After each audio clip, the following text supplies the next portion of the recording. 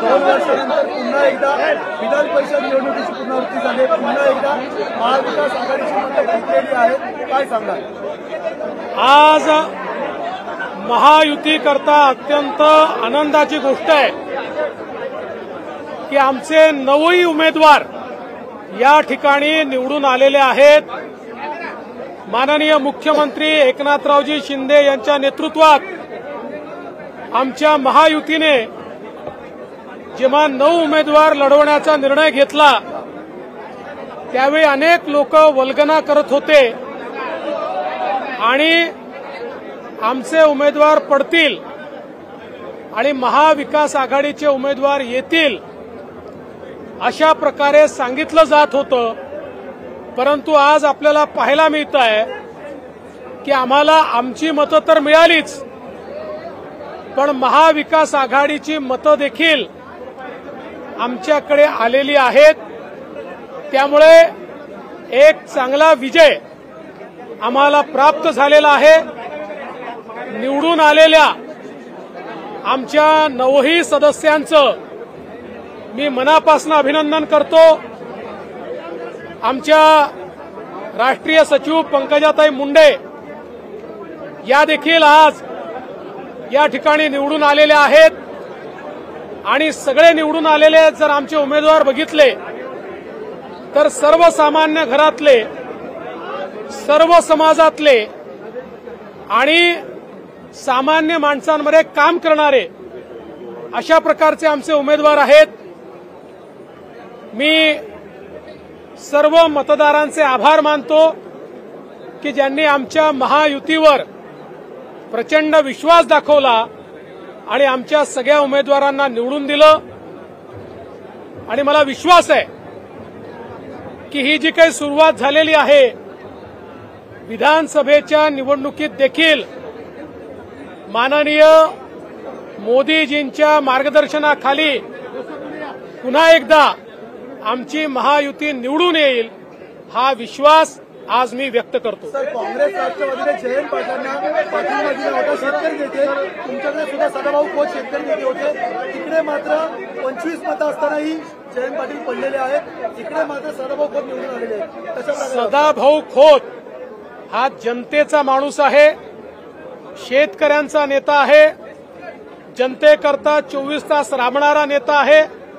त्यामुळे निश्चितपणे आमच्या तर महायुतीच्या आमदारांनी त्यांच्यावर विश्वास दाखवलाच, पण इतरही आमदारांनी त्यांच्यावर विश्वास दाखवला आणि त्यांच्या एकूण मतांची बेरीज जर बघितली तर त्यांना 26.5 मतं मिळालेले आहेत। त्यामुळे एक मोठा विजय त्यांनाही मिळाला है। आज हम सभी के लिए ये बहुत ही हर्ष की बात है कि हमारे मुख्यमंत्री एकनाथराव शिंदे जी के नेतृत्व में हमारी महायुति की 9 सीटें, 11 में से 9 सीटें विधान परिषद में चुनकर आई है। बीजेपी की 5, शिवसेना की 2, एनसीपी की 2, ऐसी 9 सीटें हमारी चुनकर आई है। और जो लोग ये कह रहे थे कि हमारी सीटें गिराएंगे, उनके भी वोट हमारे उम्मीदवारों को मिले हैं।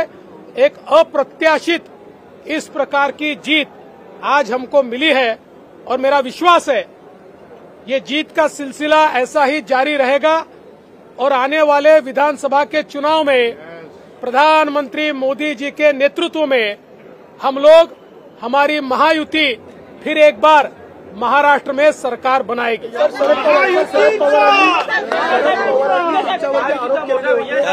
पवारांनी 2 दिवसापूर्वी सांगितलं होतं विधान परिषद निवडणुकीमध्ये समजेल आमच्या संपर्कात किती लोक आहेत, त्यांना काय उत्तर द्यायला? आजचं खरं म्हणजे अधिवेशन हे शेवटचं अधिवेशन होतं या सत्राचं, म्हणजे या टर्मचं।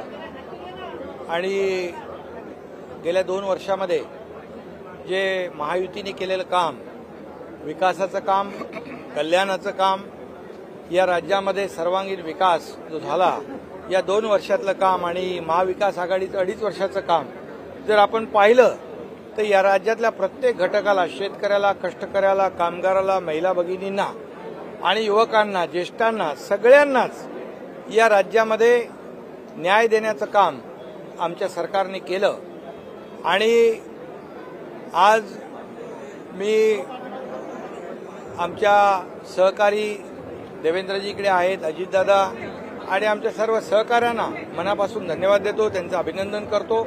त्याचबरोबर विरोधी पक्षाला देखील धन्यवाद देतो, त्यांचंही अभिनंदन करतो.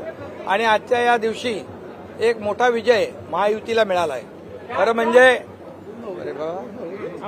म्हणजे महायुतीच्या 9च्या 9 जागा जिंकणार अशा प्रकारचा विश्वास आम्ही पहिल्याच दिवशी व्यक्त केला होता. परंतु काही लोक वेगवेगळं काही सांगत होते, परंतु त्यांना खऱ्या अर्थाने ज्यांनी सर्व मतदारांना मी मनापासून धन्यवाद देतो, आमच्या सर्व आमदारांचं मनापासून अभिनंदन करतो आणि ज्यांनी इतर आमदारांनी देखील आम्हाला मदत केली त्यांचंही मनापासून अभिनंदन करतो. महायुती 9च्या 9 जागा जिंकलेली आहे. एक चांगली सुरुवात आज झालेली आहे. मी सभागृहात देखील त्याचा उल्लेख केला की हे तर आज विजयाची लोकसभेच्या नंतर जे काही फेक नरेटिव्ह पसरवून लोकसभेमध्ये जे लोकांना फसवून मतं घेतली होती, ते जी काही सूज आली होती ती सूज आता उतरू लागलेली आहे. आणि आता हा विजय जो आहे महायुतीचा 9 लोकांचा, हा विजय त्याचा एक ट्रेलर आहे मी म्हणेन. आणि एक सुरुवात चांगली झाली आहे. येणाऱ्या विधानसभेच्या निवडणुकीमध्ये या महाराष्ट्रातली जनता कामाला मदत करेल, विकासाला मदत करेल आणि कल्याणकारी योजना ज्या आम्ही केल्या, मुख्यमंत्री माझी लाडकी बहीण योजना, मुख्यमंत्री अन्नपूर्णा योजना, जो शेतकरी आहे पंप वापरणारे त्यांचं वीज बिल माफ करणारी योजना, गॅस सिलेंडर 3 गॅस सिलेंडर देणारी योजना आणि युवकांसाठी 10 लाख लोकांना आज अप्रेंटिसशिप 6,000, 8,000 आणि 10,000 रुपये देणारे पहिलं राज्य आहे. आणि हे सर्व जे आहे म्हणजे आम्ही सर्वांगीण या राज्यातल्या सर्व वर्गाचा पूर्ण विचार केला. एक कुटुंब जे आहे, एक कुटुंब सुखी कुटुंब कसं होईल याचा निर्णय आमच्या सरकारने घेतलाय.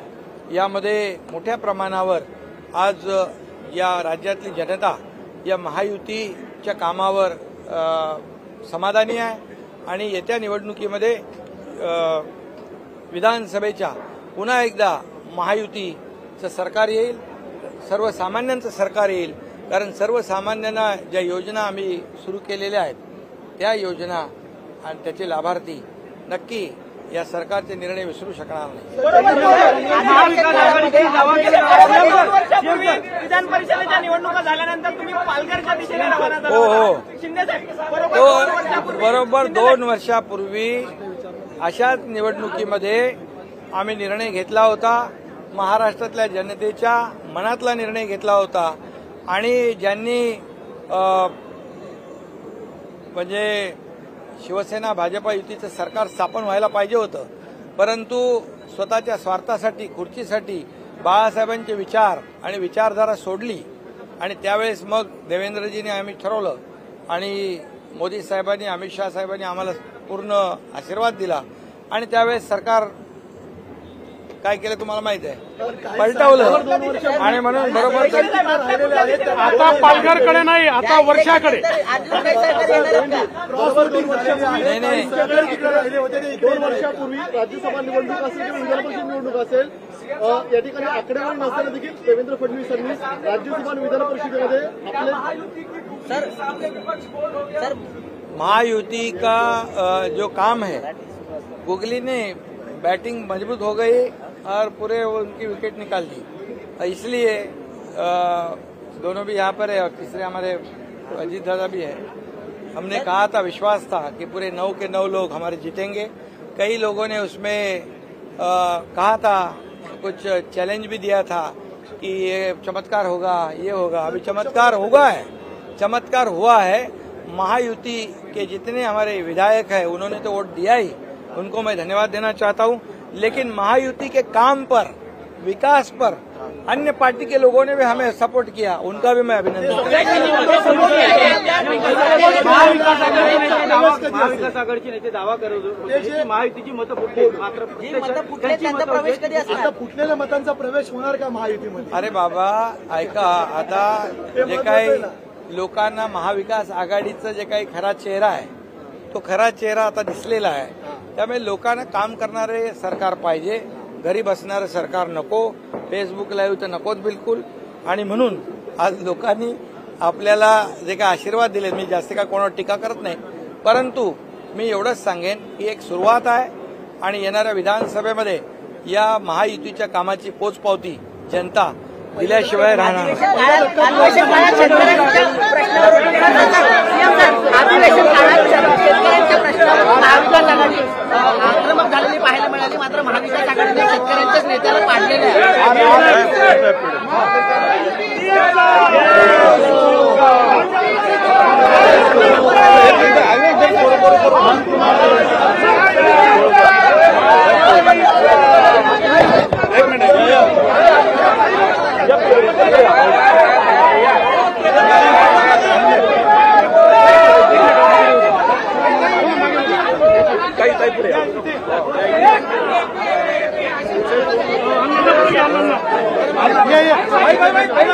हे लहानपणी झाला आता यांच्याकरता दाखवायला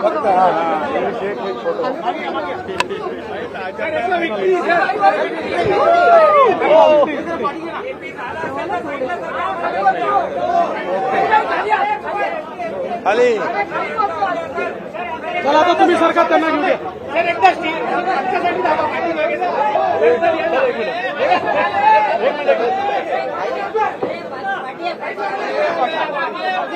ओके थँक्यू. चला वा.